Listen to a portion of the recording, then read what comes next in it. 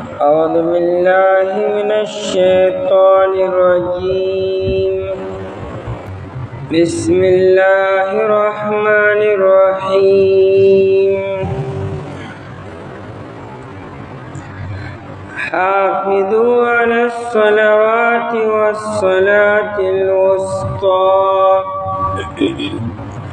وقوموا لله قانتين. حافظوا ہمیشہ کے علی الصلوات فمنزل باندے والصلاة الوسطى او فمنزل باندے وقوموا للہ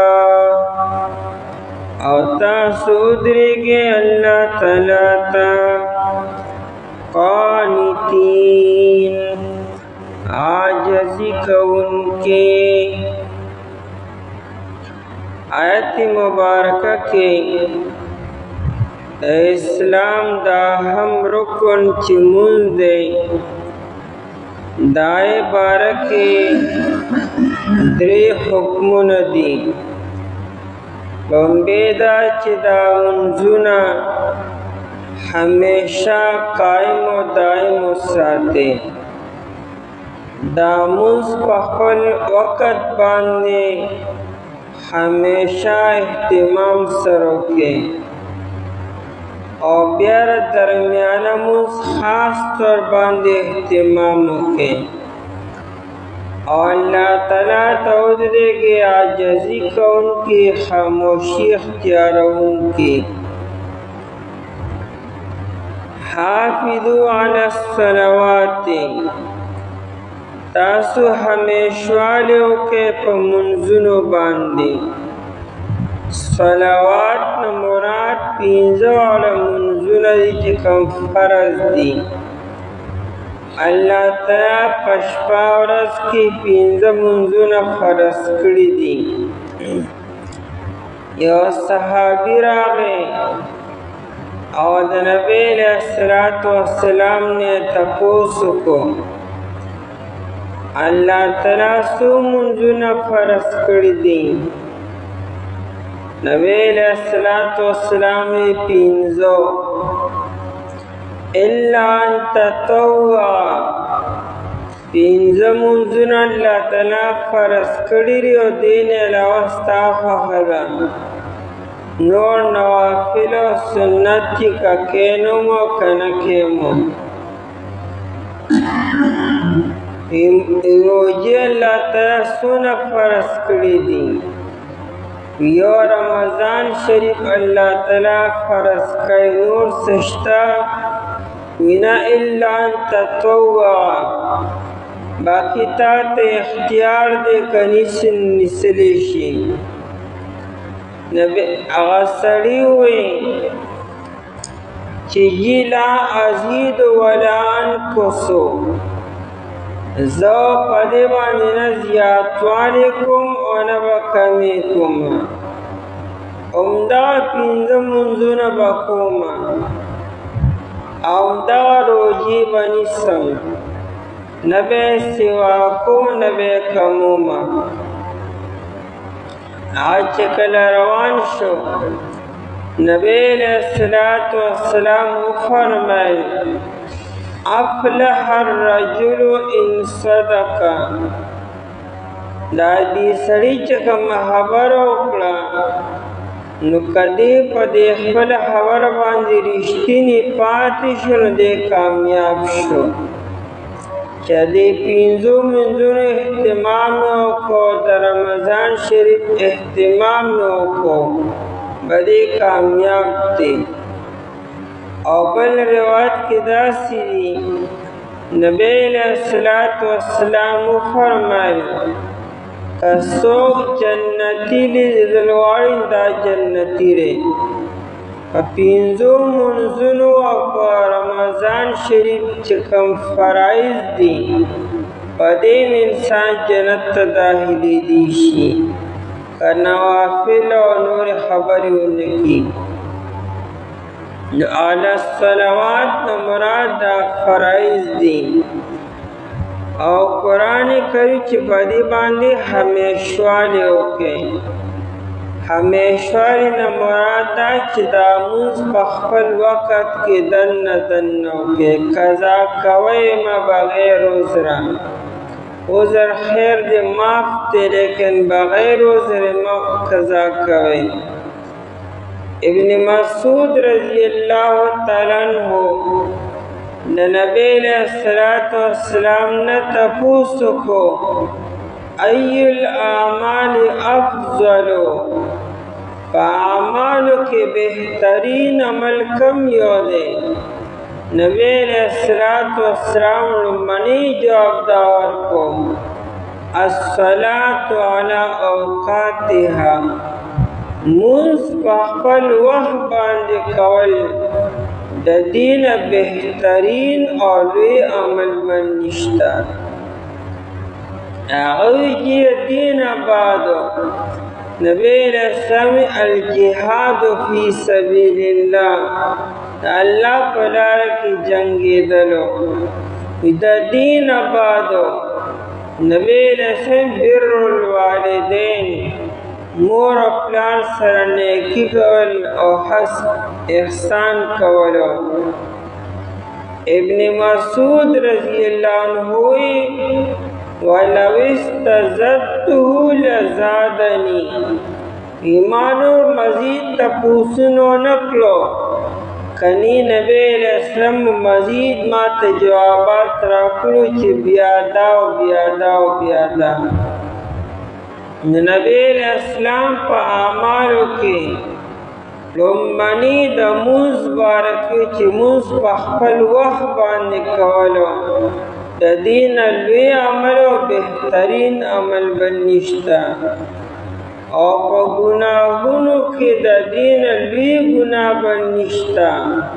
چې انسان قصدن عمدن مونځ ضایع کړي او قضا یې کړي. والصلاة الوسطى، او خاص طور دا درمیانه مونځ چې دی د هغې بیا ډېر اهتمام وکړئ. دا تخصیص بعد التعمیم دی. دا صلاة الوسطی هم په دې الصلوات کې داخل دی، خو دی به طور خاص ذکر کو چې درمیانه مونځ بیا خاص طور باندې اهتمام وکړئ. دا وسطی چې دی یا دا د وسط نه دی چې د سین زبر وایو، او یا دا د وسطن نه دی چې د سین د پاس سکون وایو. وسط په عربی کې بهتر اعلی و افضل ته ویل کېږي، او وسط چې د سین سکونی یعنی جزمی او غړندی پی دې دا په عربی کې منځ ته وي. او وسطی کې دا دواړه احتمال دي، یا دا د وسط نه دی. ابن عاشور وی چې کدا سین د وسط نشي د زبر شي بیا منه بهترو.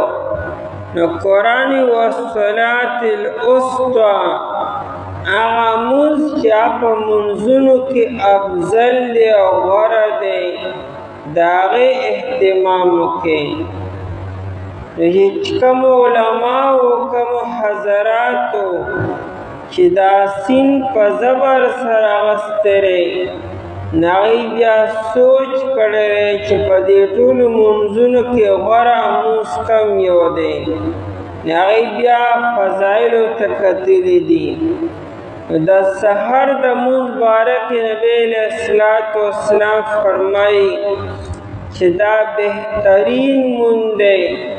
ځکه په دې کې فرشتې جمع کېږي. قرآن ته اشاره کړې ده ان قرآن الفجر کان مشهودا. دارنګې من صلی البردین دخل الجنه، د سحر او مازدیګر مونځ یادي. نو بیا صحابه کرام رضی الله عنهم او امامانو د منځونو کې بیا غوره مونځ ته کتلي چې فضایل یې ډېر زیات دي. نو هغوی بیا هغه وي چې د پلانکي مونځ مراد دی او پلانکي مراد دی. او یا دا سین سکون به واړه وسطو، نو وسط بیا منځ ته وي. نو چې کوم علماو دا د سین په سکون سره اخیستی دی، نو هغوی بیا سوچ کړی دی چې دا کوم یو مونځ منځنی دی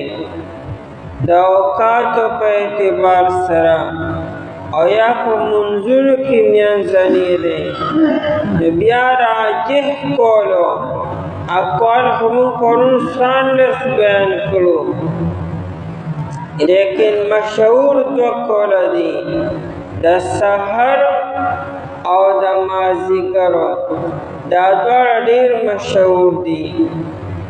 ابن عاشور وی چې د مدینې منورې خلکو په نیز باندې د سحر مونځ دا صلات وسطی دی، دا بهترین مونځ دی، ځکه دا د ورځې په شروع کې دی. او امام ابو حنیفه رحمت الله علیه او نور حضراتو یعنی عراق والا نور وی چې نه دین مراد د مازدیګر مونځ دی. او بیا زیات راجح کول دا چې د مازدیګر مونځ دا صلات وسطی دی. د دې اهمیت ډېر زیات دی. بخاری کی روایت تے نبی علیہ السلام فرمائی من فاتت ہو صلاة العصر، چاچ د مازدیګر مونځ فوت کړو، یعنی قصدن یې فوت کړو، عذر نو او یرم نو سفرم نو بیماریم نو او دم نو او قصدن آمدن د مازدیګر مونځ فوت کوي نه کو. نو نبی صلی والسلام وی فکأنما اوتر اهله و ماله، گویا کہ رد اهل و عیال ټولو او مال و اسباب ارس تباہ و برباد شو، کہ دی بالکل خالی لاس پاتی شو. چې تاسو نه نقصان دی زیات نقصانو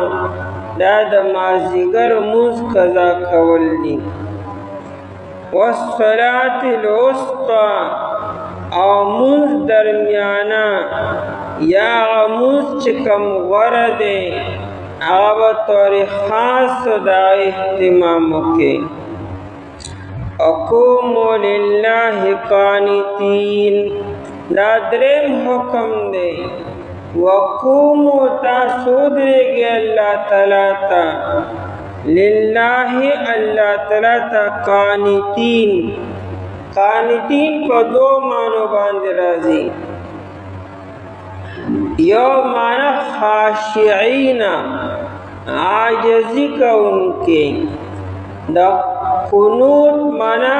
خشوع عاجزی کولو.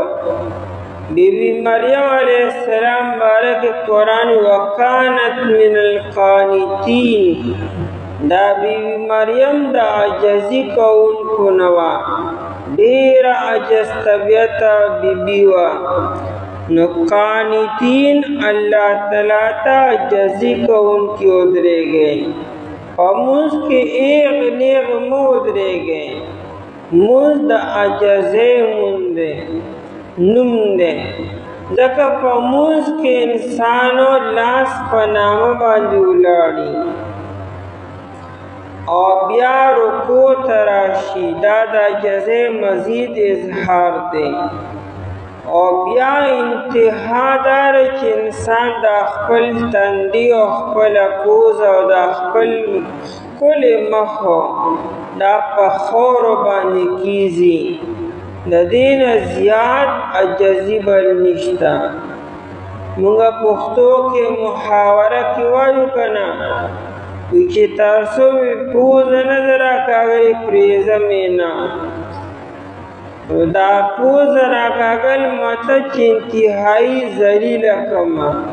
د دې نه زیات عجزي بله نشته او توبه بله نشته. او مونږ دا مونځ اختیارنو یعنې په خپل اختیار سره مونږ کوو، او مونږ دا خپل مخ او تندی د هر څه الله تعالی ته په ځمکه باندې ږدو، د دې نه زیات عاجزي څه کیدی شي؟ نو مونځ د عاجزۍ دی. او دویم د قانتین معنا ساکتین، خاموشي اختیارونکي. مونځ کې خاموش ودرېږئ. څه مطلب دا نه چې قرات هم مه کوئ، تسبیحات هم مه کوئ، ذکر هم مه کوئ، بس خاموش ودرېږئ. په خاموش ودرېدو سره همون د سره کېږي نه، که چا قرات ونه کړو، خوله یې ونه وې،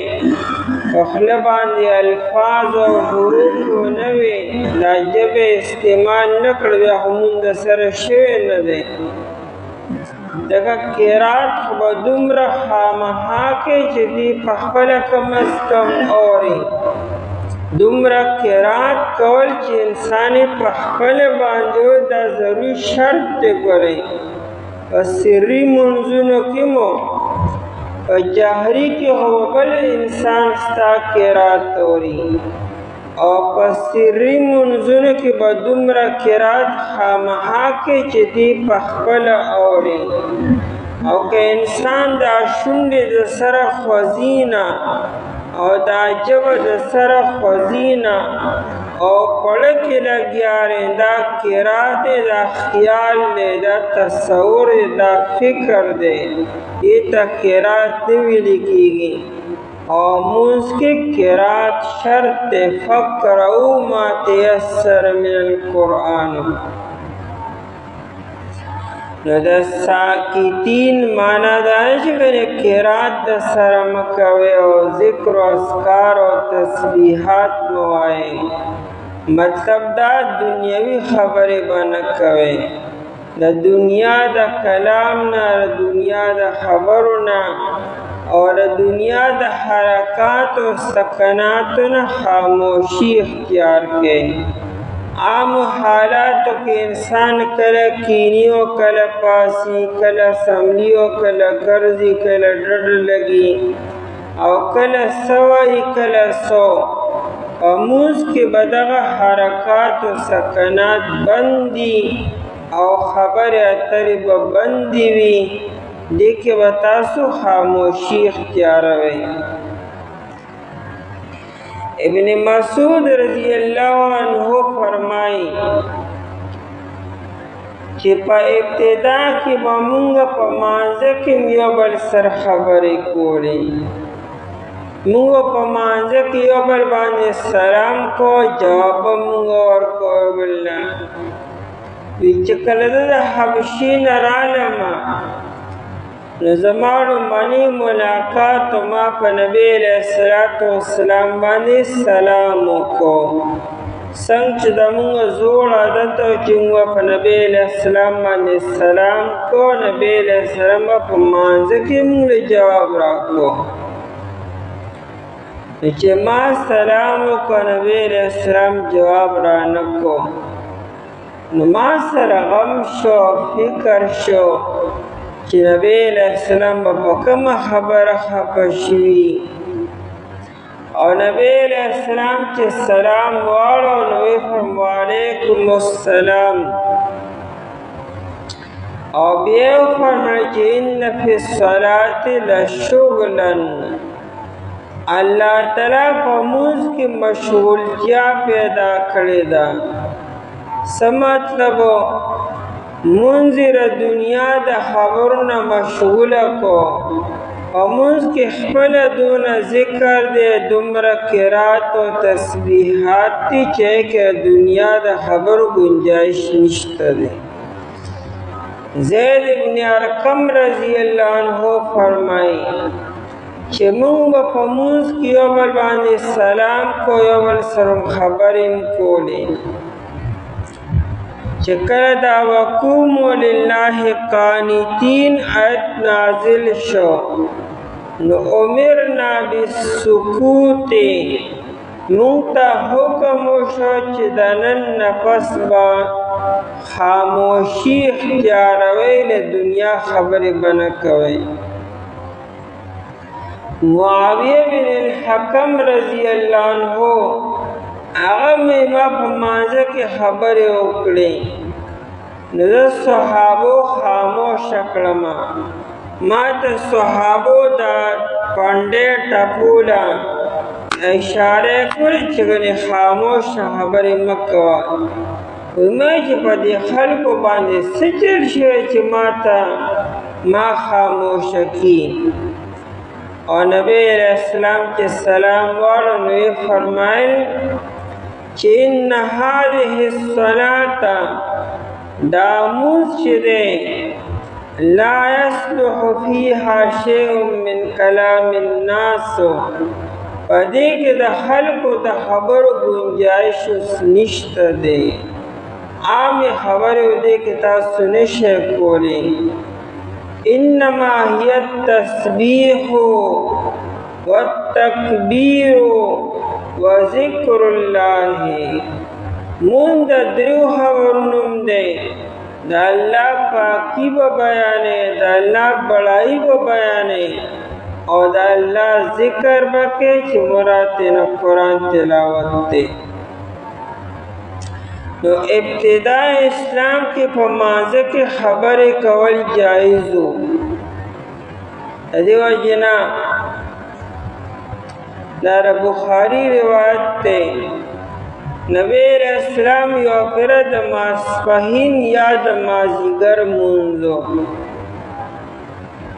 نبی علیہ السلام په 2 رکعاتو باندې سلام واړو او نبی علیہ السلام یو روایت دی چې کور ته لاړو او دیم روایت دار چې نبی علیہ السلام د کجوري چې کومه تنه وای ته ډډه وواله خو په نبی علیہ السلام د غم آثارو څه پریشان وو نو چام دا جرأت نشو کولی چې د نبی علیہ السلام نه تپوس وکړي او بعد خلک لړلو هغوی دا سره کنن خو مونځ مختصر شو 4 پرې 2 رکعاته شو ایوس منسوخ شي به وي نو شیخین حضراتم په مجلس کې موجود وو ابو بکر صدیق رضی اللہ عنہ عمر فاروق رضی اللہ عنہ دا دو آغا صحابری چی دیبا ابتدا کلام کولش نبی علیہ السلام سرا دیبا نبی علیہ السلام سرا خبری کولش وی نور صحابو با علائی خبری کولش نبی علیہ السلام با ابتدا اکڑا دی دوالم د نبی علیہ السلام په مزاج باندې پویو نبی علیہ السلام باندې خفګان آثارو نو دین جرأت نشو کولی چې حضرت څه مسله ده نو یو صحابي د ذوالیدین مانا 2 لاسونو والا نو هر سړی 2 لاسونو والا دی جته ذوالیدین زکوي چرد لاسونه لګوډو او یادا چې دا ډېر سخی انسانو د کې سخاوت ډېر زیاتو عرب داسې کی چې سخی انسان ته ذوالیدین وایي چرد لاسونه ډېر زیات اوږده دي بیبیانې یو پیر راغونډې شوې د نبی علیہ السلام نه سے تپوس کو یہ ستاسو نه بعد به مونږه کې کم یو ډېر زر تا سره ملاقات کی یعنی کم یو له به زر مرګ راځي نبی علیہ السلام او فرمایل چې رچا لاسونه اوږده یې هغه نو بیبیانو خپل لاسونه کچکول شروع کړو نو په دې کې دا سوده رضی الله تعالی عنها چې دا دنګم وه او غټم وه د دې لاسونه اوږده وو او رضی عمر هم سیوا وو نو ممکن ده چې بیبیانو خپلو کې مزاق کړي چې به ته خو ځان له ټیم کار مار برابروه ستا کار نږدې دی لکه چې ستا خو لاسونه اوږده دي او نبي علیه السلام ویلي دي او عمر دې هم سیوا دی نو مونږ ته خو لا ډېر ټایم پاتې دی لیکن د نبی علیہ السلام د وفات نه بعد زینب رضی الله عنها مخکې وفات شوه زینب بنت جحش رضی الله تعالی عنها چې هغه وفات شو نو بیبیانې پوه شوې چې اوهو د نبی علیہ السلام مقصد د لاسونو د اوږدوالي نه سخاوت و دا کوم انسان چې سخاوت ډېر زیات کړي د لاسونه ډېر اوږده دي او زینب رضی الله عنها به ډېر سخاوت کو سوده رضی الله عنه بیا په سن 32 هجرې کې بیا وفات شوه ډېر زمانه بعد څو کاله بعد وفات شو بیا دا ذوالیدین صحابي چې دی د ده نوم خپل نوم خیرباک رضی الله عنه و نو دی ورپاڅېدو او نبی علیہ السلام ته فرمایل اکثرت الصلاة آیا موز کم شو کثرت موز کم شو ام نسیت یا رسول اللہ یا ستاسو نیر رالا آیا دا اللہ حکم رائی چې د څلورو خدای 2 رکعاته مونځ شو ځکه دا تاسو 2 رکعاته وکړو او کنه حکم نه دی راغلی لیکن تاسو نه په ایره باندې 2 رکعاته وشو نبی علیہ السلام یو کارم نه دی شوی د ما نه خو نه ایره راغلی او نه مونځ کم شوی دی هغه یې نه یو کار خو شوی دی نبی علیہ السلام د صحابو نه تپوس وکړو دا دې ټیک وایي ورته چې تاسو 2 رکعاته وکړو نو نبی علیہ السلام را پاڅېدو ورپسې 2 رکعاته وکړو هرې کې سجده سهو وکړه اوس په دې واقع کې نبی علیہ السلام خبرې کړې دي نبی علیہ السلام قدمونه مغستی دي او د نبی علیہ السلام سینه هغه د قبلې نه موړېدلې ده لیکن دا ټولې خبرې په ابتدا کې دا معاف دي لکه شریعت لا مکمل شوی نو شریعت چې لا شروع جاری نه پای کې دا خبرې معافي بیا هرې کې نبی علیہ السلام دا وقوموا لله قانتین چې راغی نو په مونځ کې حرکات او سکنات او ګرځېدل را ګرځېدلو او خبرې اترې کولو سلام و دعا دا عرص منسوخ شو دا عرص ختم شو او دا امام ابو حنیفه رحمت اللہ علیہ مسلک دارے که یو سړی په مونځ کې که فرض دی که نفل دی که سنت دی او که واجب او که قضا دی او که ادا دی خو چې مونځ دی او په دې کې د خبرې وکړي او خبرې نه مراد که یو لفظ مو وي یو لفظ کم از کم 2 حرفه وي چې 2 حرفه لفظ وي نو کده اختیارن وي او کده غیر اختیاری وي او کده قصدن وي کده پیر باندې وي کده په خطای باندې وي کده بے سوچ وي چې ارنګې ویلي خو چې د خولې نه یو لفظ ووتو که د درد د وجې نه که د تکلیف د وجې نه که د ګزار د وجې نه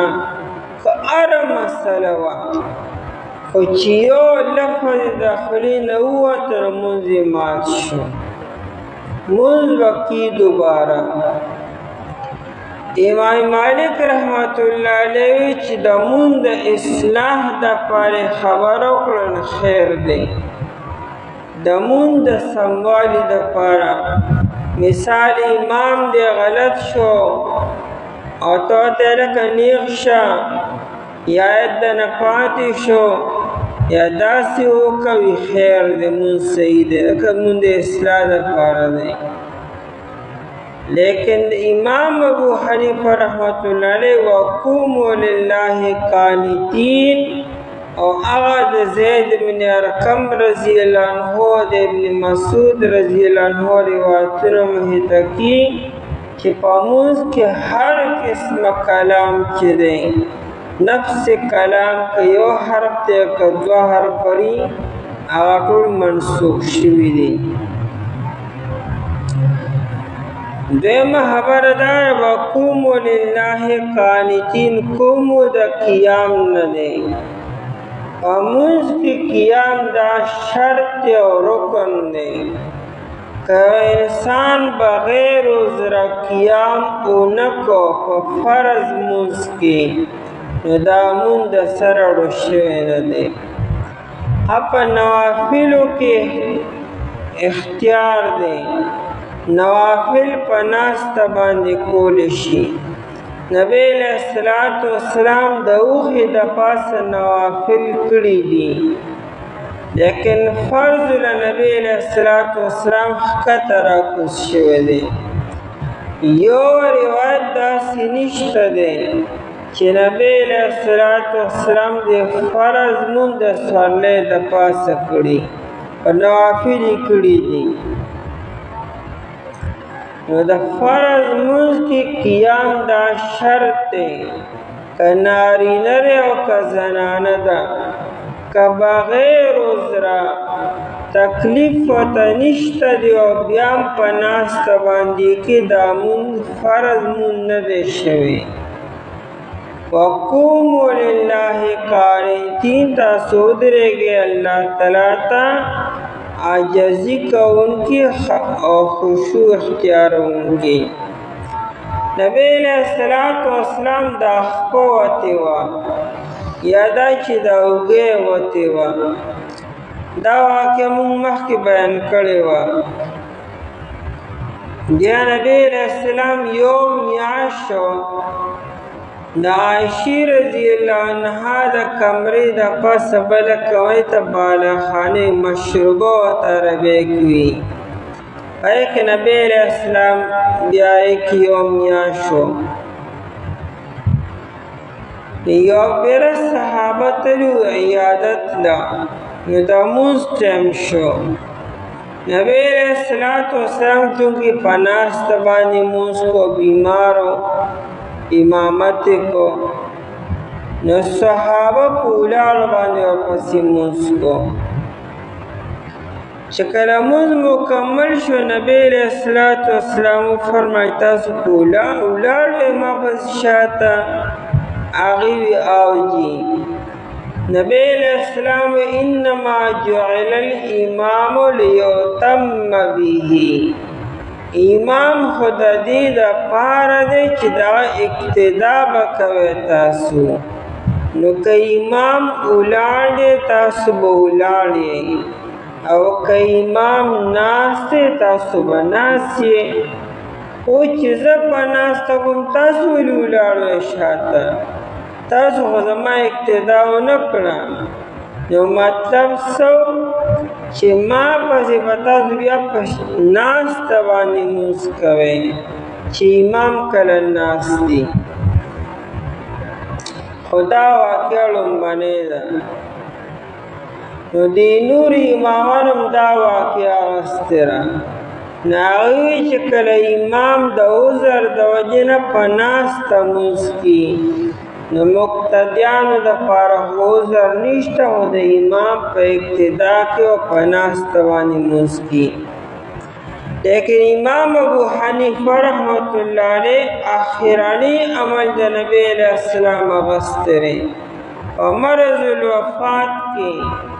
نبی علیہ السلام یو منزل بار تشریف راوړو. ابوبکر صدیق رضی الله عنه په مصلی باندې ولاړ دی او دې کې اقامت شوی و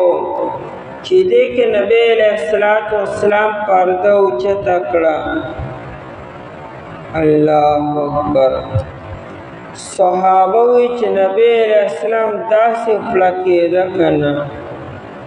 چې دومره پړک او دومره ښکلوالی موږ د نبی علیہ السلام نه لیدلې چې هغه پرده اوچته کړه. نو موږ پوه چې نبی علیہ السلام منزل راځي. نبی علیہ السلام د دو صحابو په سهاره باندې راغی، د عباس رضی الله عنه او د علی رضی الله عنه په اوږو باندې لاسونه یې ښودي.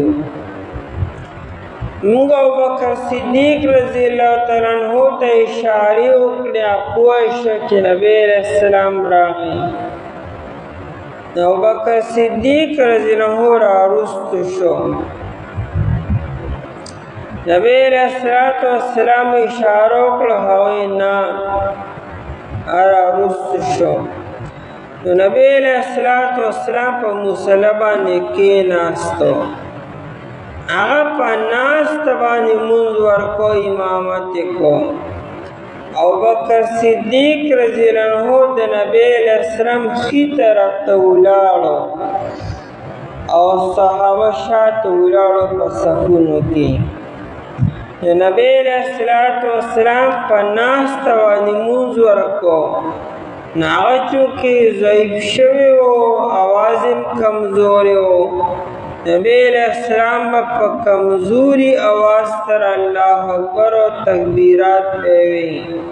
ابوبکر صدیق رضی الله عنه مکبر دا چې غټه مجمع او شاته خلک تکبیر وایي په تیز آواز سره، دا تکبیر هم د حدیث نه ثابت دی. ابوبکر صدیق رضی الله عنه په تیز آواز سره تکبیرات وی د نبی علیہ السلام هغه، او صحابو بیا د ابوبکر صدیق رضی الله عنه په تکبیراتو باندې شاته رکوع سجده وغیره کولو. مقصد د حدیث دا دی چې دا د نبی علیہ السلام اخرانی مونږ او اخرانی عمل دی. په دې کې نبی علیہ السلام مونږ په ناسته باندې ورکړی دی. ابوبکر صدیق رحمه پسې ولاړ دی او شاته ټول صحابه ورپسې ولاړ دي. زموږ د امام ابو حنیفه رحمة الله دا اصول دي چې اخرانی عمل د نبی علیہ السلام دا دلیل او حجت دي. نو اخرانی عمل خدا و چې صحابه شاته په ولاړه باندې لمونځ کړی دی. نو اوس هم دا مسله ده که امام په ناسته باندې لمونځ وکړي د عذر د وجې نه، نو مقتدیان به کیني په ولاړه باندې لمونځ کوي. لکه وقوموا لله قانتین، او تاسو ودرېږئ لله الله تعالی ته قانتین عاجزي کوونکې، او یا قانتین هغه ساکتین خاموشي اختیارونکي په مانځه کې به زانګ یم نه په مانځه کې په یخ به نه ودرېږې دکه وقومو الله ته ودرېږې او قومو د قیام نه دی عربي اقام العوده دا هغه وخت چې کله لرګي بالکل نیغ ودرې لرګي به یو طرف ته ډډه ونه ورکړي چې دیوال ته ودرې بل طرف ته اړم ونه ورکړي نیغ ودرو دي اقام العوده وی لرګي نیغ ودرو چې لرګي حرکت هم نه کي مایل هم ني یو طرف ته کوږ هم ني دا وخت عربي اقام العوده منز اقامت نیغ ودرول دي ابوبکر صدیق رضی اللہ عنہ کور ته راغی بیبي یې منز کور په مانځه کې زانګېده داسې یو څوکې ورکړ چې هغه یې کریم و چې مونځ مې مات کړی وی داسې ووالمه مونځ کې نیغه ودرېږه هسې زانګې را زانګې مونځ د زانګېدو نوم نه دی او نه د سستۍ نوم دی نبی علیه الصلاة والسلام د سستۍ نه پناه غوښتې ده اللهم انی اعوذ بک من الهم والحزن وأعوذ بك من العجز والكسل کسل سستی توی او سستی د منافق علامت تے مومن بچست و چابک بوی ارٹے منشات و تازدم بوی نمونز بکے نیغ بودرے ملا با نیغ ساتی در لرگی پشانتی نیغ او عجزی دا چی سر سم راحکتا کی دی زن دی سینی سر یوزے کی نا نیغ بودرے گی تندی دا سر او ملا چی بلکل پیو سید کیو برابری دیتا عجزی ویلی کیے وقوموا للہ قانتین او تاسو ودرېږئ اللہ تعالی ته عاجزي کوونکې او یا خاموشي اختیارونکې همیشه والے وکړئ په منځونو باندې او په مونځ درمیان باندې او تاسو ودرېږئ اللہ تعالی ته عاجزي کوونکې یا خاموشي اختیارونکې أعوذ بالله من الشيطان الرجيم بسم الله الرحمن الرحيم فإن خفتم فرجالا أو ركبانا فإذا أمنتم فاذكروا الله كما علمكم ما لم تكونوا تعلمون فإن خفتم پس کچرتا سو پیر کیے فرجالن پس منزو کے پیادا او رکبانن یا پسر لے باندی فیدا امنتم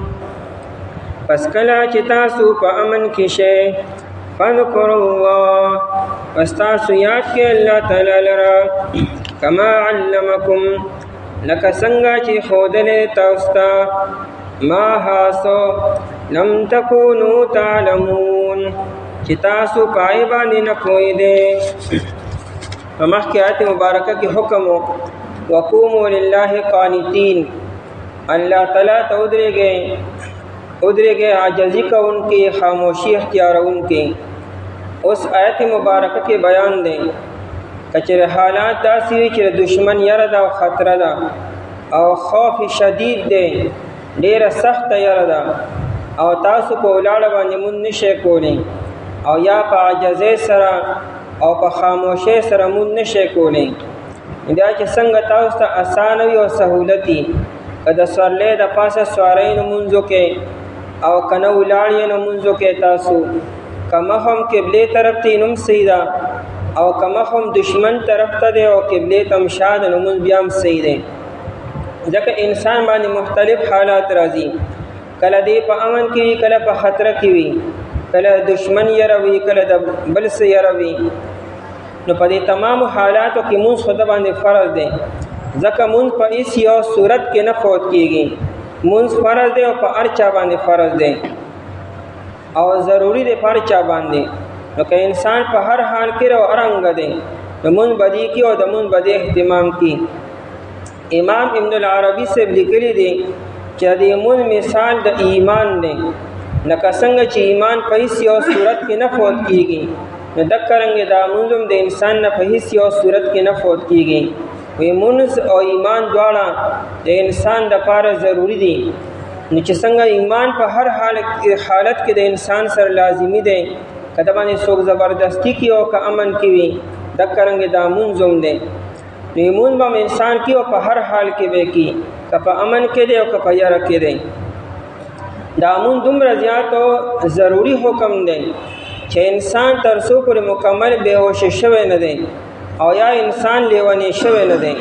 او انسان نه مونځ نه فوت کېږي. په داسې سختو حالاتو کې به هم دې مونځ کې کله دشمن مخې ته او کله دشمن د تورې اعلان دی. دې کې بیا دا مسله ده چې دا درې واړه امامان حضرات، امام مالک او امام شافعي او امام احمد رحمت الله علیه، چې مخامخ دشمن دی او کته په اطمینان سره مونځ کوي نو دشمن ته باندې حمله کوي او مړ کېږي، نو بیا ته په روانه مونځ کوه. کتا سره توره په لاس کې را، کتا سره ټوپک په لاس کې دی او پیدل روان مونځ کوه، او کستا مخ هر طرف ته دی، هېڅ پروا نه ساتي. تورم چلوه لګیا یا نیزم چلوه، او نن سبا په حساب سره چې کوم اسلحه را دغه اسلحه هم استعمالوه او مونځ هم کوه، او یا په سورلی باندې سوري مونځ کوه. لیکن زموږ امام ابو حنیفه رحمت الله علیه وی چې نه، مونځ کې به ګرځې نه، په ګرځېدو باندې مونځ نه کېږي، او نه په مونځ کې ته اسلحه استعمالولی شي. که ته په مانځه کې توره استعمالوې، نیزه استعمالوې، غشي استعمالوې او یا موجوده دور اسلحه استعمالوې، مونځ به دې سره فاسدېږي به. یا که مونځ کې ته ګرځې نو په ګرځېدو سره به مونځ فاسدېږي به. یا امام سوي چې په داسې حالاتو کې مونځ بیا مؤخر کا، بس می کوه، او په دې فوت کېدو باندې او په رستو کول باندې ته ګناهګارېږي نه. ګناهګارېږي هغه انسان چې امن کې وي او بیا هم نه کي. په داسې حالاتو کې مونږ به رستو کې، او بیا چې کله اطمینان شي، خوف ختم شي، بیا په اطمینان سره او په کلار باندې مونځ وکړي. او دلیل دا دی چې د غزوه خندق په موقع باندې نبی علیه الصلاۃ والسلام ډېر مشغوله او مصروف و. د ماسپښین مونځ پاتې شو، د مازدیګر پاتې شو، د ماښام پاتې شو، او د ماخوستن هغه نیمې شپې ته وروسته شو. خو دې دوران کې خو نبی علیه السلام دا نه چې ګنې په ولاړه مونځ نه شو کولی، یا ګنې کار به هم کو مونځ به هم کو، ځکه نبی علیه السلام کودالي وهله، خندق یې کنستو او مخامخ دشمن په سر باندې ولاړو. نو په داسې حالاتو کې نبی علیه السلام او صحابو به کار به هم کو مونځ به هم کو بیا، لیکن نبی علیه السلام مونځ ونه کو. انا کې سره د کار خو بیا مونځ کېدی شي لکه څنګه چای وایي، لیکن نبی علیه السلام مونځ رستو کړی دی. په دې مؤخر کولو سره او په تاخیر سره انسان نه ګناهګارېږي. یا چې کله نبی علیه السلام فارغ شو، بلال رضی الله تعالی عنہ ته وی چې اذان وکړه. ټول صحابه راغونډ شو او بیا نبی علیه السلام اقامت وکړو، د ماسپښین مونځ قضا وکړو په جمع سره، بیا اقامت وکړو، د مازدیګر مونځ په جمع سره قضا وکړو، بیا د ماښام دپاره ځان له اقامت وکړو او د ماښام مونځ په جمع سره قضا وکړو، او بیا د ماخستن مونځ دپاره اقامت شو. او چونکې د ماخستن ټیم تر سهاره پورې دی، د ماخستن ټیمو دا تر نیمې شپې تر سهاره پورې وي، نو هغه مونځ په خپل ټیم باندې وشو. نو دا دلیل د دې خبرې دی چې نبی علیه السلام په مونځ کې کار کسب نه دی کړی، ورنه کار کسب سره مونځ کولی شو. زموږ امام ابو حنیفه رحمت الله علیه وی چې په مونځ کې قدمونه اخیستل، مسلسل ګرځېدلو او یا مونځ کې کار کسب کولو، دا عمل کثیر دی او دې عمل کثیر سره مونځ ماتېږي. که چا توره استعمال کړه په مانځه کې یا بل څه، مونځ به سره مات شي. د دې وجې نه که په مانځه باندې ولاړې او مخې ته سمار او لړم ستا تېرېدو، نو که ته مانځه دوران کې چې ستا مخ هم قبلې طرف ته وي، سینه دې هم قبلې نه ونړي او دواړه لاسونه هم استعمال نه کړي او دغه مار ته مړ کولی شي، نو بیا ټیک ته صحیح ده. مثال کوله رو به په ځای باندې ولاړ یا او مړ دې کو نو صحیح ده. یا خوا کې د لرګي ولاړ دی او لرګي د رواز په یو لاس باندې مانډې د روبه غونې صحیح ده مونږ نه ماتو لیکن کتا دواړه لاسونه استعمال کو دا ملي کثیر دی اوسو او یا تا قبلې نه مخ واړو یا سینې دی واړو نه مونږ دې مات شو اوس په دې مونږ ماتې دوه ته ګناهګاریږي نه ورنه اسې به انسان مونږ نه ماتي دا قرآن ولا تبطلوا اعمالکم خپل عملونه به نه باطلوئ نو په دې به انسان ګناهګاریږي مو او په داسې حالاتو کې انسان نه ګناهګاري که چې هغه مړ کو نو مونځ خو ټیک ته مات شو لیکن مونځ په ماتول باندې ګناهګار نه دی فإن خفتم پس که چېرې تاسو په یره کیئ فإن خفتم چونکې مخکې کوم ولله قانتین ناغئ چې الله ته ودرېږئ عاجزي کوونکي خاموشي اختیاروونکي اوس هر ټایم خو انسان به امن هونی نو آیا که چېرې حالات سخت نو بیا نو که چېرې حالات سخت او خوف دی فإن خفتم پس که چېرې تاسو په یره کیئ ابن عاشور لیکلی دی چې خوف د یری د پر راځي خو خوف د جنگ په معنا چرته نو استعمال شوی عربو چتا خوف چې د جنگ په معنا نو استعمال کړي ی قرآن کریم په لومړي ځل باندې د خوف د لفظ د جنگ د پر استعمال کو نو فإن خفتم یعنی فإن حاربتم کچره تاسو په جنگ کې او یا دشمنو مخامخ دي دته صلات خوف لري خو صلات خوف په دوه قسمه ده د یری مونږ یو هغه صلات خوف ته چې دای ذکر 15 سپاره کې په سورۃ النساء کې را روان دي چې دا د غزوه ذات الرقاع یو غزوه ذات الرقاع نیته غزوه ذات الرقاع زکوي چې صحابو دومره پیدل سفر کړو چې هغه پیزار اعلان دی وشلې دا د پوندې مو چودې نو بیا صحابو د اخفي په چیرلو باندې تړلې وي د ډېر سفر د لاسه او د ډېر زیات مشقت د لاسه نو دې غزوې ته غزوه ذات الرقاع وي په دغه غزوه کې حکم راغی چې کچېرې دشمن مخامخ دی صفونه مخامخ ولاړ دي خو جنگ لا شروع شوی نه دی صرف تاسو صفونه او د دشمن صفونه یو بل ته مخامخ دي اوس که تاسو په کلاره باندې په اطمینان باندې مونځ کوئ چې یو امام ټول خلک ورپسې شاته ودرېږي نو د صحابو مونځ زمونږ ستاسو مونځ په شانتې ښه ونه هغې کې خو به توجه مانځه طرف ته وه نو ممکن ده چې دشمن په تاسو باندې دغه شو باران شروع کړي او یا حمله وکړي نو تا وایي چې څو پاسې او اسلحه بیا راغلې او بیا مخامخ کېږي نو نقصان به شوي وي او دا یره هم وه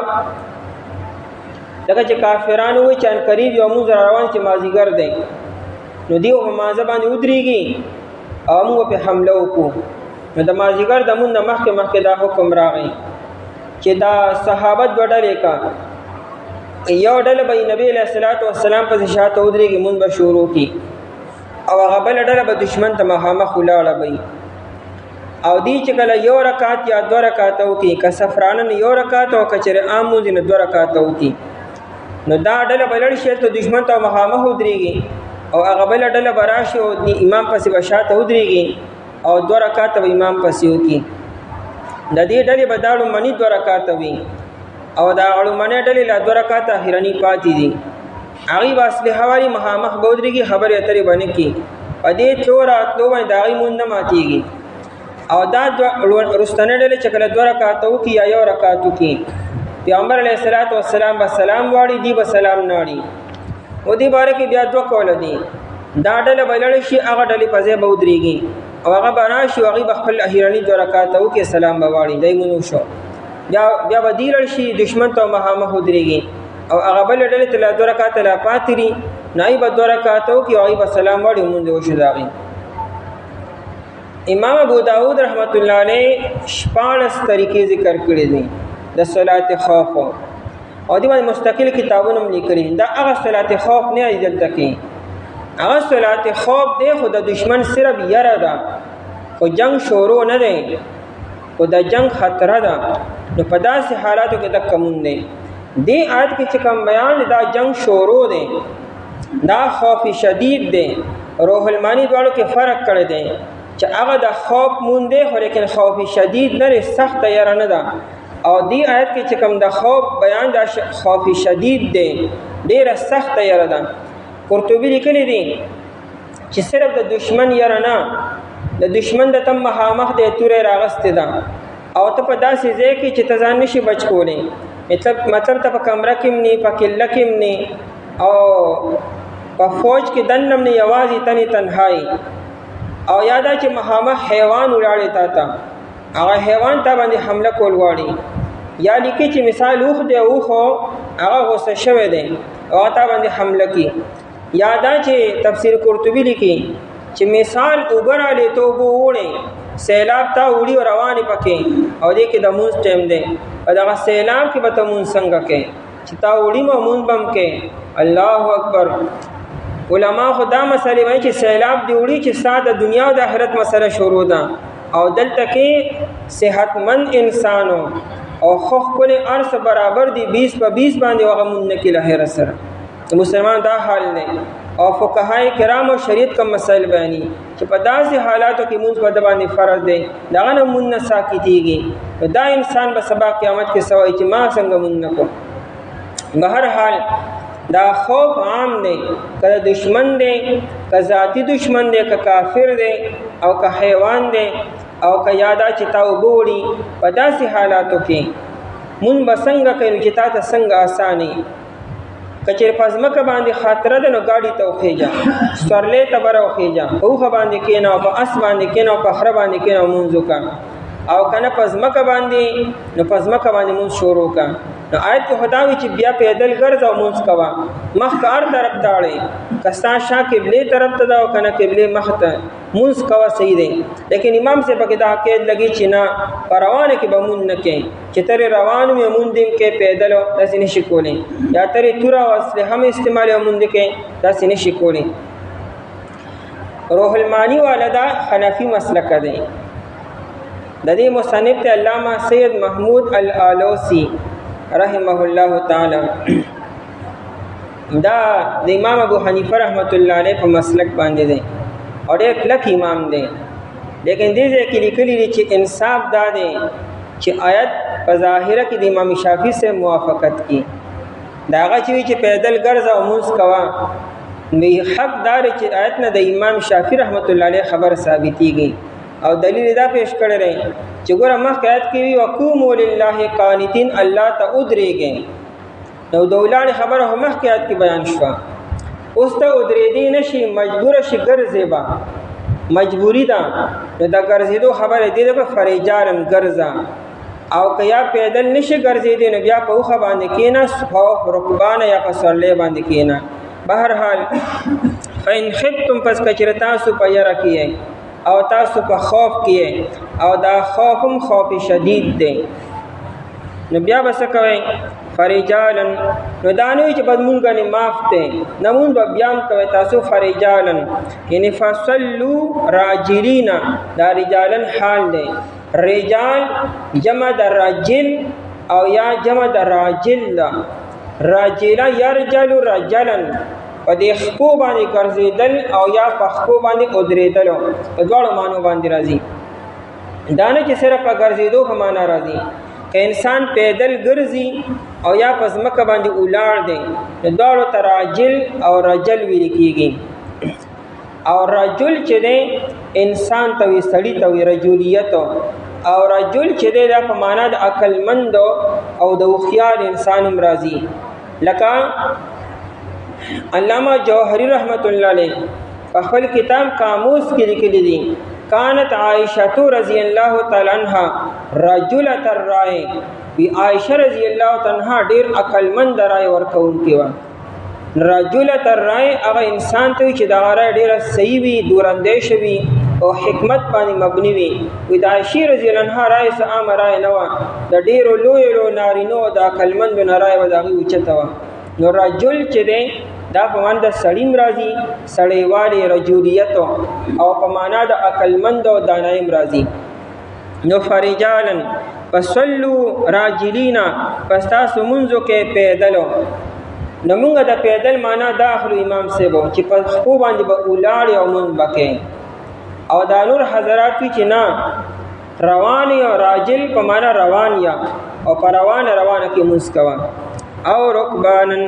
یا پسورلې باندې رکبان جمع د راکب ده پسورلې باندې سور کپه اس باندې کپه وخه باندې او کپه خره باندې چې کومه سورلې تاسو میسر ده پای باندې رواني او مونږ کې مونږ کولی شي. په دې کې دا خبره ضروری ده چې تا به دغه وخت کې د سورلې واګي به تالاس کې نه نیسلی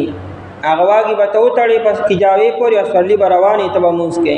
اوس کتا په سورلې دوه کې لاس کې واګي نیسلی او هغه را کنټرول کې مونږم کې دا مونږ بیان کیږي. لکه د کشانې سړی گاډي چلی موټر چلی یا بل گاډي چلی دې په دغه دوران کې مونږ نشي کولای په موټر سایکل باندې په سایکل باندې مونږ نشي کولای ته گاډي چلے څنګه ته مونږ کې گاډي به بل څوک چلی ته گاډي د ډرایوینګ دوران کې مونږ نشي کولای کچېرې ته بل خوا کې ناسې سیټ باندې بیا مونږ کولی شي په ګاډي کې وای کې بیا ځان له دوه خبرې دي یو دا چې ستا مخ قبلې طرف ته کېدل ضروری دي او دین دا چې قیام او چونکې ته قیام کولی نشي او مخ هم ستا قبلې طرف ته نشي کېدی بیا دای د وجه نه نفلي مونږ خو ګاډي کې کولی شي او فرض مونږ نشي کولی. لیکن بعض علماء کرام د دې آیت نه دا استدلال کوي کہ انسان په موټر کې او په بل ګاډي کې ناشته او کړه د مخ قبلې طرف ته نم دی او کدی په ناستم کې نمونځ شوی دی لیکن احتیاط دا دی کتا پای کې مونږ وکومو نو بیا ورستو چې کله امن کې شو کور تر ورسي بیا به ادب کې دوباره وکې بیا اته چې مونږ په ولاړ باندې فرض وقوم لله قانتين دا خوف نه دی کنه امن دی نو په امن کې تګاړې ودروا یا ورستو ک بیا او رکبانن یا پسورلې باندې ځکه نبی علیہ السلام بذات خود د سورلې د پاسم فرض مون نه کړي نفل کړي لیکن د سورلې د پاسه د اوخي د پاسه او د استفاد نبی علیہ السلام بذات خود یو منظم دا فرض نه کړي خطر راکوس شوی دی څومره روایتونه چې موجود دي هغه ټول چې انسان وګوري د فرض مون د نبی علیہ السلام خطر راکوس شوی مونږ کړي دي. فاذا امنتم پس کله چې تاسو په امن کې شئ یعنی چې کله خوف ختم شو خطر ختم شو او تاسو په امن کې شو یا سفر ختم شو فذكر الله پس تاسو یاد کې الله تعالی لرا الله تعالی یاد کې مراد نه مون نه نګورا د مون نه تعبیر په ذکر سره کو د مون نه لوی ذکر بل سکے دی شي مون خټول ذکر دی اول نه تر اخره پر الله یادول دی لکه قرآن یا کې الصلاه لذکری مون قائم کدما د یاد د پاده نو دا ذکر وکړه چې مون افضل ذکر دی نو فذكر الله پس تاسو یاد کې الله تعالی لره کینه مونږ کې تاسو څنګه چې مخ کې نو تاسو په امن کې مونږ کو په کم طریقې سره په اطمینان سره په سکون سره په وقارو هغه شان مونږ سمو کې او دین کو الله چې فذكر الله الله یاد کې د الله شکر ادا کې چې الله تعالی خوف ختم کو هغه خطر ختم کړ تاسو په امن کې کړې یاد الله شکر ادا کې چې الله تعالی تاسو ته په داسې حالت کې مون انعام درکو ځکه دا مونږ روح البیان لیکلي چې د الله تعالی مل مستیا ده دا د الله تعالی ضیافت مؤمن د پاره او هغه انسان ته سونه خوخي چې تا د روح تعالی روح 15 پیری پروګرام کی تا 15 پیری تا انوایټ کی او 15 پیری تعالی هغه اعلی او بهترین ضیافت او مل مستیا تعالی کې وسونه ستا خوخي نو دا ضیافت د الله تعالی تاسو له درکو په امن کې مو په خوف کې مو دشمن په یاره کې تاسو الله تعالی پرې دې چې خیر کوي مون بکوي فذكر الله پس تاسو یاد کې الله تعالی لرا د الله شکر ادا کې چې الله تاسو سره طریقې او خودلې کما علمکم لکه څنګه چې خودلې تاسو ته الله چې تاسو ته خودلې دي هغه شان الله تعالی یاد کې یا همز هغه شانو کې چې څنګه تاسو ته خودلې دي یاد الله تعالی شکر ادا کې نو کما علمکم دمر د الله تعالی شکر ادا کې کنا چې تاسو په خپل مطمئن شئ چې واقعي بس مونږه اخیرنه انتها ته ورسید الله تعالی صحیح شکر ادا کو یاد کاف تعلیلیه ده د الله شکر ولې ادا کې د الله ذکر ولې کوي زکه چې تاسو علم درکو الله تاسو له جهالت نه وباسلې طریقې رته خودلې نو دا د الله تعالی وی نعمت د علم دی دا د ارس بارک دی نو پدې د الله تعالی شکر ادا کړئ ما لم تکونو تعلمون چې نو تاسو چې پای باندې پوي دی تاسو سېلم او چې څنګه کوي مونږ تاسو به مونږ سپوي دی الله جل شانو فضل او کرم کو تاسو سونه خپل عبادت درکړو نو دا پدې د الله تعالی هغه شکر ادا کړئ او ذکر وکړئ پس کچرتا سو پیرا کیے پس منځو کې پیاده یا پس ورلې باندې پس کله چې تاسو پامن کې شئ پس یاد کې الله تعالی لرا لکه څنګه چې تاسو ښودلی دی هغه څه چې تاسو پرې نه پوهېدئ. أعوذ بالله من الشيطان الرجيم. بسم الله الرحمن الرحيم.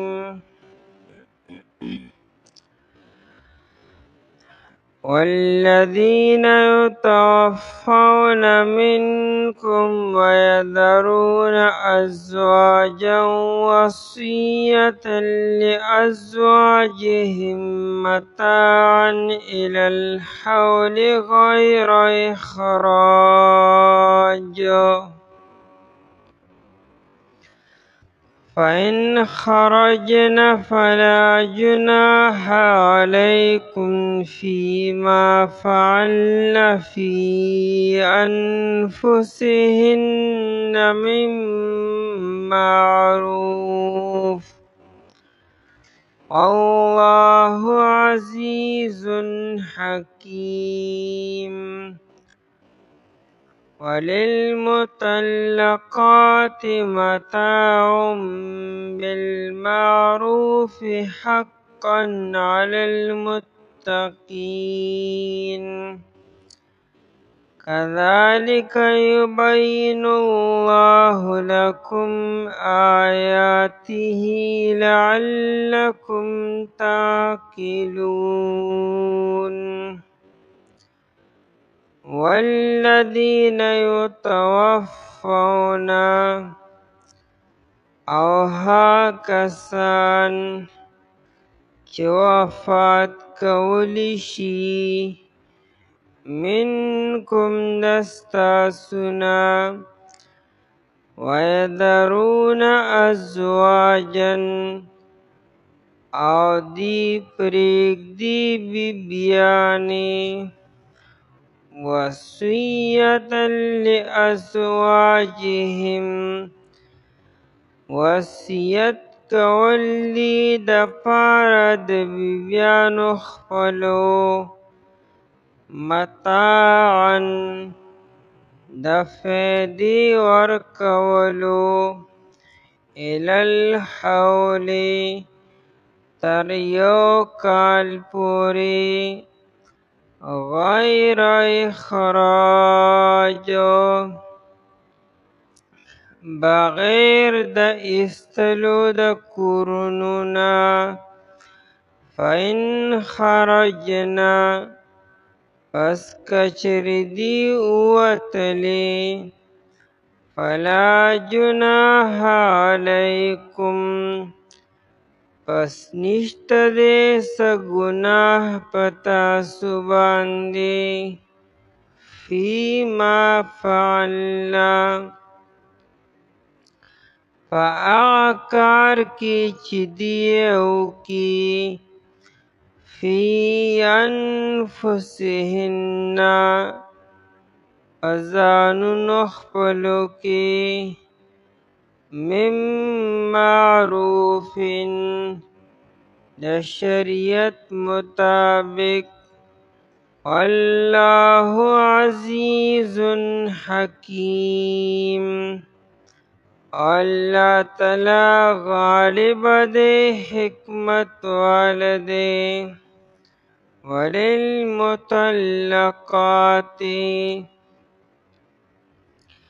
او د پارا د طلاق شو بیبیانو متاع بالمعروف فائدہ رسول دی د شریعت مطابق حقا علی المتقین دا حکم لازم دے په پرهیزګارو خلکو باندې. کذالک یبین الله دارنگی بیانوی اللہ تعالی لکم تاستا آیاته خپل آیاتنا لعلکم تاکلون د پاره دی چې تاسو پوه شئ د زنانو د عدتو او عید خرچې متعلق دا اخیرنی آیتونه دي عدتو د طلاق نه بعدم وی او عدتو د وفات نه بعدم وی د عدت خرچه په خاوند باندې لازم وي که سړی طلاق ورکي یو یا دو یا درې طلاق نه پس چې کوم عدت دی د عدت دا خرچه په خاوند باندې لازم ده خرچې نه مراد ده چې سکنا به تم ورکي یعنی عدت چې څو میاشتې دی د دې د رهایش دپاره ځای به خاوند ورکي او د دغه میاشتو خرچه به هم خاوند ورکي علاوه که چېرې دا زنانه د خاوند په کور کې عدت تېري او که دا طلاق سره د خاوند د کوره ووته او پلار کره لړله نو بیا په خاوند باندې د عدت خرچه او سکنا هېڅ هم نشته دی الټه دا ښځه ګناهګاره شوه چې دې عدت د خاوند په کور کې ولې تېر نه کو حکم دا و چې دا په هغه کور کې عدت تېري دویم دی عدت الوفات چې خاوند یې وفات شو نو ښځه به د خاوند په کور کې به عدت تېري خو د عدت خرچه به ښځې ته نه میلاویږي ځکه خاوند خو یې وفات شوی دی نو په هغه باندې موږ د مړ نه پس خو خرچه نشو لازم کولی او د هغه په وارثانو باندې هم نشو لازمولی ځکه چې د هغه کوم وارثان دي مثال زامن وروڼه او یا مور او پلار دي د هغوی خو د ښځې سره د نکاح سره رشته او تعلق خو نشته دی چې موږ د ښځې لپاره عدت خرچه د خاوند په وارثانو باندې لازم کو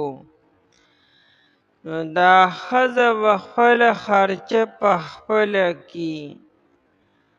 دا به یې د کوم ځای نه کي نو شریعت د ښځې لپاره میراث مقرر کړی دی چې خاوند مړ شو نو ښځې ته میراث میلاویږي که د دې خاوند اولاد شته نو ښځې ته میراث کې بیا 8مه حصه میلاویږي او که اولاد نشته نو ښځې ته به 4مه حصه میلاویږي نو دا 4مه حصه د خاوند په مال کې او یا 8مه حصه د خاوند په مال کې دا د دې ښځې حصه او عدت خرچه هم د هر څه دي دا خپل خرچه دای نه پوره کی به ابتدا اسلام کې او د اسلام نه مخکې جاهلیت کې دا طریقه وه چې یو سړی به مړ شو نو ښځه به دې په دغه کور کې چې کومه بیکاره او ناکاره کمره به وه دا ښځه به هغه کمرې ته منتقل کړه او دی به یو کال په دغه کمره کې دننه تیرو دا ښځه به دغه کمرې نه بار نه راوته او نه به د بار نه څوک دننه تللو دی به دغه زنانه ته روټۍ به چې ورکوله نو په یو سوري کې به یې دا روټۍ ورته وروویشته او دی به دا ټول کال په یو جوړه جامو کې تیرو غسل به یې نه کو صرف اوبه به استعمالوي د څښلو دپاره نور اودس او استنجا غسل وغیره هیڅ به هم نو صفایي به هم نه وه یو کال به چې دې زنانه په دغه کمره کې تیر کړو دا به چې د کمرې نه یو کال پس راوته یو حیوان به ورته راوستی شو او دې زنانه به خپل بدن دغه حیوان سره ولګو د ډېر بدبو د لاسه به هغه حیوان مړ شو او بیا به دې له په لاس کې یو پچه ورکړی شوه هغه به دې وویشته نه جاهلیت کې به خلک وایي چې دې ښځې خپل عدت ختم کو او دا بیا دغه کمرې نه راووته اسلام راغی دا ټول د حیوانیت طریقې ختمې کړې چې داسې سلوک خو خلک حیوان سره هم نه کوي دا خو انسان دی یو پیغام راغلی چې خاوند یې وفات شوی دی بل طرف ته دا سلوک کولو دا خو د انسانیت نه پریوتې خبرې دي نو اسلام دا ټولې طریقې ختمې کړې البته د یو کال عدت برقرار ساتو چې دا ښځه به یو کال عدت به تیري روح البیان لیکلی دي حکیم بن الحارث یو سړی و د طائف هغه راغی مدینې منورې ته هغه سره د هغه بیبي وه ماشومان او مور او پلار یې دا حکیم بن الحارث په مدینه منوره کې وفات شو چونکه د میراث احکامات لا نو راغلي د میراث آیتونه رستو راغلي دي نبی علیہ الصلوۃ والسلام هغه مال چې دی د هغه مور او پلار ته ورکړو او هغې ته یې وویل چې تاسو به دا زنانه د خاوند د کوره بار نه وباسئ دا به یو کال په دغه کور کې عدت تیري او د دې یو کال خرچه به تاسو دې له ورکوئ. نو شریعت خو دغه نورې خبرې ختمې کړې چې یو کمرې ته نن باسره او بیا په کمره کې بندیوان کول، دا خبرې ختمې کړې. لیکن د یو کال عدت لا برقرار و. بیا الله تعالی وروستو اساني راوسته مزید و. اصل کې جاهلیت کې خلق دې سره عادت و. نو قرآن کریم رفته رفته دی دغه جاهلیت د طریقو نه اسلام ته راوړلو. لومبې دغه طریقې ختمې کړې. بیا چې کله خلک عادت شو نو دویم حکم راغی چې اوس به یو کال عدت نی. عدت به 4 میاشتې او 10 ورځې وي. چې خاوند وفات شي او ښځه ترېنه پاتې شوه او د دې حمل نشته دی، نو دا ښځه به 4 میاشتې او 10 ورځې عدت به تېري. او را دې ذکر مخکې آیت کې شوی دی چې ویذرون ازواجا، نو هلته راځي 4 اشهر و 10، 4 میاشتې او 10 ورځې. او دریم حکم بیا دا راغی چې د عدت خرچه چې ونه خو به خاوند ورکوله یا د هغه وارثانو به ورکوله. نو دریم حکم راغی چې نه، د عدت خرچه هم ختمه شوه. لکه د میراث آیتونه راغله بیا. نو د میراث په آیتونو کې د ښځې خرچه هم راغله.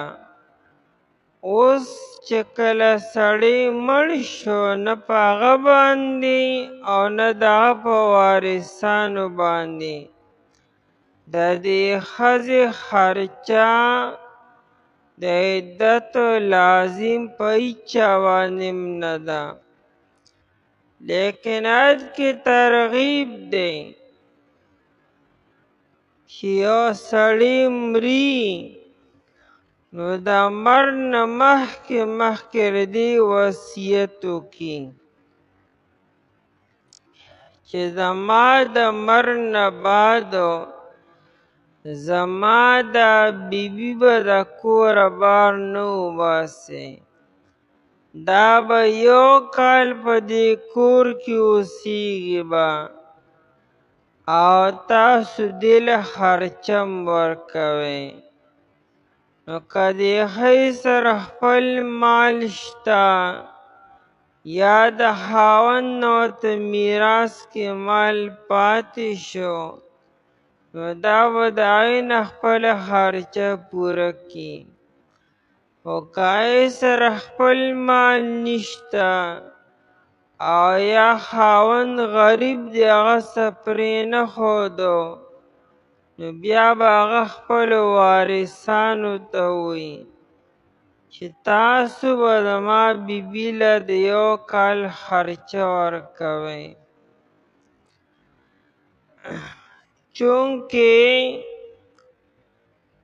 جاهلیت کې دا یو طریقه وه چې هغې به د مړي په وصیت باندې عمل خامخا کو. دا به لازم او فرض ګڼو چې یو سړی د مړ نه مخکې وصیت وکړي، نو هغوی دا به خامخا پوره کړو به، کنې هغه به هلته بیا خفه وي. نورې خبرې پای کې داسې نه وې، لیکن د بعضې خبرو باندې به یې ډېر کلک عمل کو. قرآن وی چونکې دی خو په وصیت باندې کلک عمل کی نو لہذا تاسو چې کله مرئ نو د مړ نه مخکې وصیت وکئ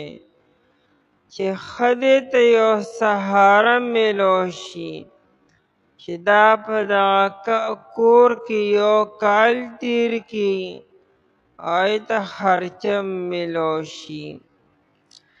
لیکن په ښځې باندې دا خبره لازم نه ده چې دا به دغه کور کې خامخا یو کال تیري ځکه عدت خو 4 میاشتې 10 ورځې دی دغه 4 میاشتې او 10 ورځې په ښځه باندې لازم دی د هغې نه بعد چې کوم 7 میاشتې او 20 ورځې دي نو که دا دغه ښځه په دغه کور کې تیري نو وارثان به نه وباسي او د هغې خرچه به ولم ورکړي او که دا ښځه وي چې نه زه وځمه ما خپل عدت پوره کړ 4 میاشتې او 10 ورځې د پلار کور ته یا بل خوا ځمه نو وارثان به منع کړي نه ایو پې زبردستي نه کړي وباسي به هغې نه خو که دا پخپله وځي نو هغې به منع کړي نه خپله خوښه ده جمهور وی دا آیت منسوخ دی دا کوم آیت چې موږ اوس وایو وی دا آیت په نزول کې مخکې راغلی دی یعنی چې کله قرآن نازلېدو نو دا آیت مخکې نازل شو او بیا هغه مخکې چې کوم آیت تیر شوی والذین یتوفون منکم ویذرون ازواجا یتربصن بانفسهن 4 اشهر وعشرا چې کې د 4 میاشتو د 10 ورځو ذکر دی نو هغه آیت وروسته نازل شوی دی د قرآن کریم په تلاوت کې هغه آیت مخکې او دا آیت وروسته دی لیکن د نازلېدو په اعتبار سره دا آیت مخکې دی او هغه آیت وروسته دی د دې وجې نه بخاري شریف کې دي عروة ابن الزبیر رضی الله عنه د عثمان رضی الله عنه نه تپوس کو چې حضرت د دې دوه آیتونو باره کې څه مسله ده نو عثمان رضی الله عنه وی چې دا آیت په نزول کې مخکې دی او په تلاوت کې وروسته دی نو د هدایت منسوخ دی یعنی دې کې چې کوم حکم دی دا حکم منسوخ شوی دی یعنی د یو کال خرچه ورکول او یو کال عدت دا خبرې ختمې شوي دي نو عروة ابن زبیر رضی الله عنه ورته وی چې کله د آیت منسوخ دی نو بیا قرآن کریم کې لیکئ ولې تاسو لکه عثمان رضی الله قرآن جمع کو ورته بیا پکې څه لیکي چې منسوخ شوی دی نو عثمان رضی الله عنه وی یا بنیا یا ابن اخی اے روارو لا أغير شيئا منه عن مکانه. پیغمبر علیہ السلام چې یو آیت په کوم ځای کې ایښودلی، زه هغه آیت د هغه ځای نه نشم بدلولی، نه لرکولی شمه نه بدلولی شمه. یعنې دا معلومه شوه چې په نبي علیه السلام باندې کله آیتونه نازلېدلو، نو نبي علیه السلام به پخپله صحابه کرام رضی الله عنهم ته ووایي چې دا آیت په پلانکي صورت کې د پلانکي آیت نه وروستو کیږي، او دا آیت د پلانکي صورت کې پلانکي آیت نه مخکې کې. عثمان رضی الله عنه دې طرف ته اشاره وکړه چې دا خو نبی علیه السلام دا آیت مبارکه دې ځای کې ایښودلی، نو زه یې څنګه لرې کړمه، څنګه یې ختم کړمه؟ اشکال دا دی چې کله د آیت منسوخ شوی دی، یعنی حکم یې منسوخ دی، نو بیا تلاوت یې ولې برقرار ساتلی شو؟ یعنی پکار خو ده چې تلاوت یې بیا منسوخ شوی، نو فایده شته که نه؟ بعض اوقات داسې وشي چې د زنانه عدت نه بعد هم په دغه کور کې اوسېدل غواړي، 4 میاشتې 10 ورځې عدت تیر کو، د خاوند په کور کې تیرې کړې، او خاوند یې غریب و، د هغه هم څه میراث نو، نه مال پرېښی دی نه میراث پرېښودلی، کور یې د وروڼو دی یا د مور او پلار دی، دی پکې پخپله اوسېدو. دې خاوند له پکار داري چې وصیت وکړي چې زما د مرګ نه بعد زما دې بیبي سره زیاتې مه کوئ. نو که دا د 4 میاشتو 10 ورځو نه علاوه تر 1 کاله پورې په دې کور کې وخت تېري، نو تاسو یې وباسئ ما. نو دا نه چې په دې به دا خبره واجب وي چې ګنې 1 کال به خامخا تېري. ظاهر خبره چې 4 میاشتې او 10 ورځې تېرې شوې، نو دا خو نه کنه چې سهار به د نکاح پیغامونه را شروع به وي. که داسې بیا نکاح کول غواړي یا ځان له بندوبست کول غواړي، نو 4 میاشتې او 10 ورځې بعد، او که میاشت لګي که 2 میاشتې لګي که 3 میاشتې لګي، او که 4 او که 5 او 6 میاشتې لګي،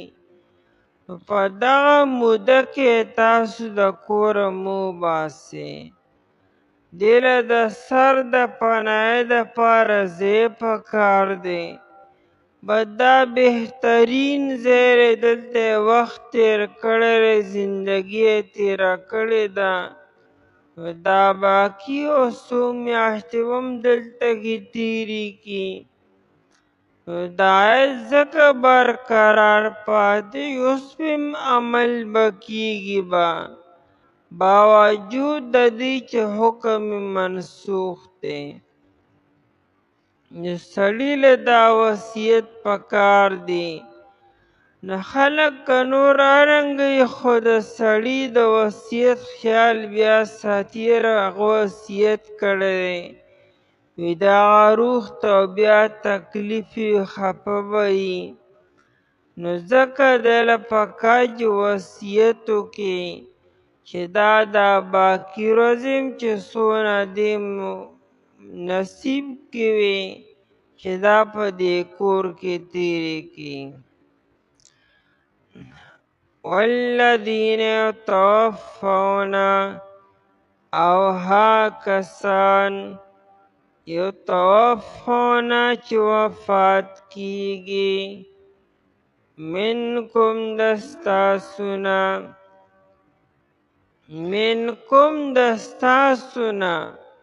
حکم مسلمانانو ته دی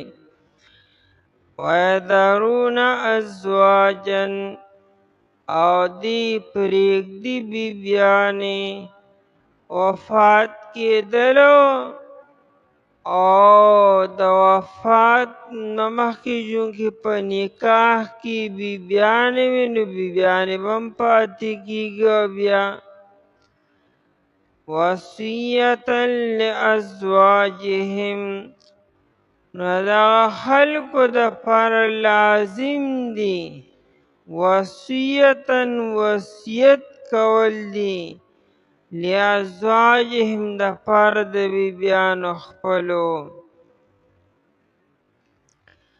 دا نه چې یو سړی مړ شي نو ګنې بیا به وصیت وکړي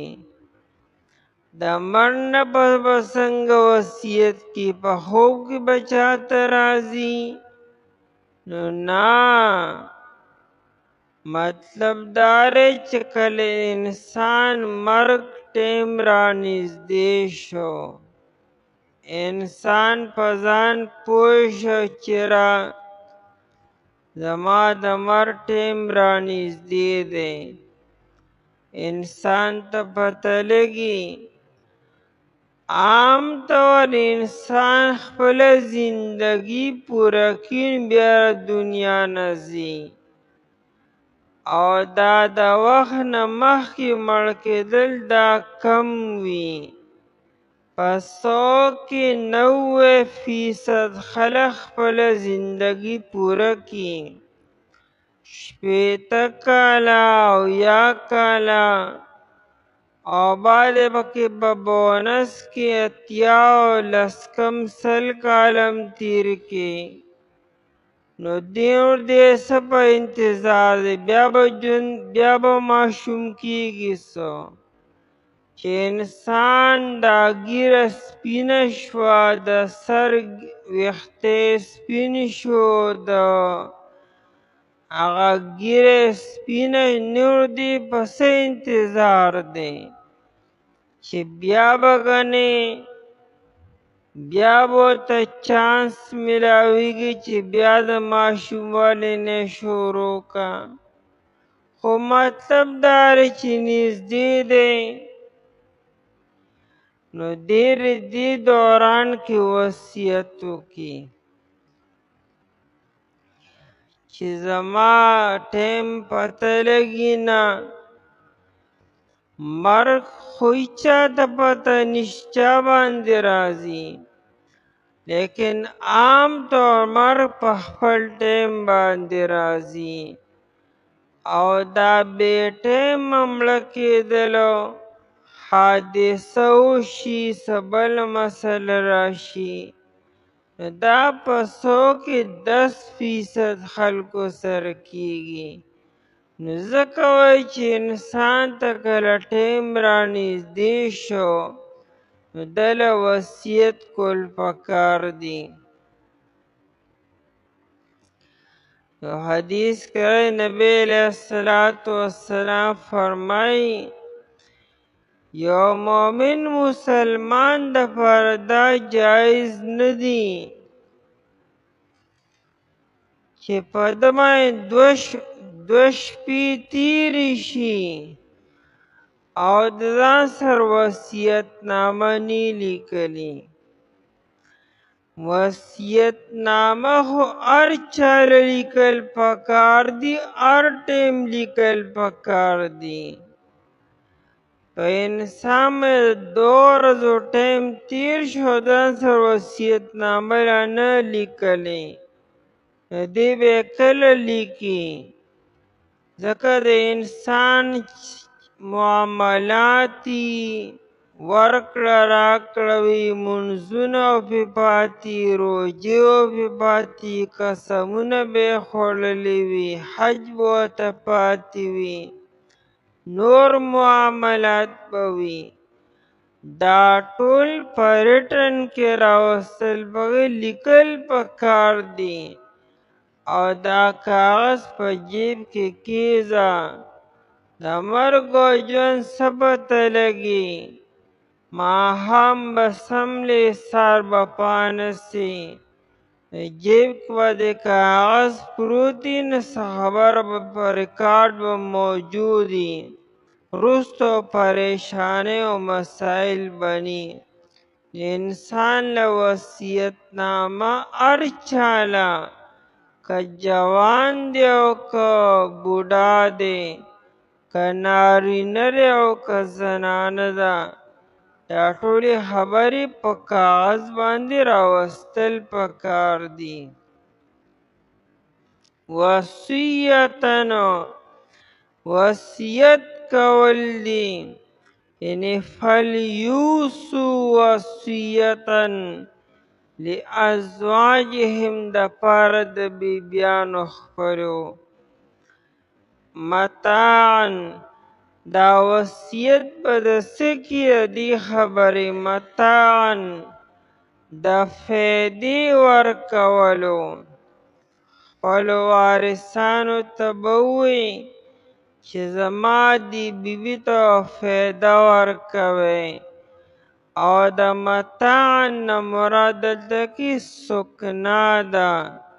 د اوسېدلو حق به ورته ورکوي چې دا په دې کور کې به اوسېږي. او چې اوسېږي نو که دې سره خپلې ذاتي پیسې نشته او ما ورته هم په میراث کې څه نه دي پرېښي، نو تاسو وله بیا ورکوئ. او که هغوی سره هم څه ني، نو بیا به څه کوي؟ بیا مسلمانانو له پکار داري چې هغوی سره امداد وکړي. مسلمانانو له هغوی به یې سره تعاون او مدد وکړي. او که دا هم ني، نو بیا دغه زنانه خپل کار کسب ځان له کولی شي. د عدت دوران کې مو محنت او مزدوري کولی شي.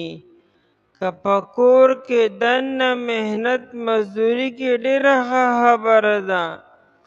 او که کور کې دننه نشي کولی، نو سهار به ځي او ماخوستن نه مخکې به کور ته راځي. که ځان له کار کسب او نوکري کې، دا زنانه د عدت دوران کې هم نوکري کولی شي که چیرې ګنجایش نشته دی. متاعا د فیدې ورکولو، الی الحول تر 1 کال پورې. حول 1 کالو. غیر اخراج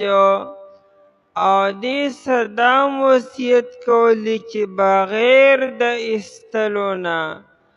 وارثان به دا وباسي نه. غیر اخراج بغیر د وباسلو نه د خاوند د کور نه. فإن خرجنا، اوس که چیرې دی پخپله وځي، دا زنانه که د عدت دوران کې وځي، نو بیا خو پکار دی چې مسلمانان او وارثان دا منې کړي او پوهه کې چې بیبي دا د شریعت حکم دی دا 4 میاشتې او 10 ورځې په دې کور کې به تېرئ مونږ دې نه وباسو زمونږ ته نو مسله نشته ته ولې ځان ګناهګارې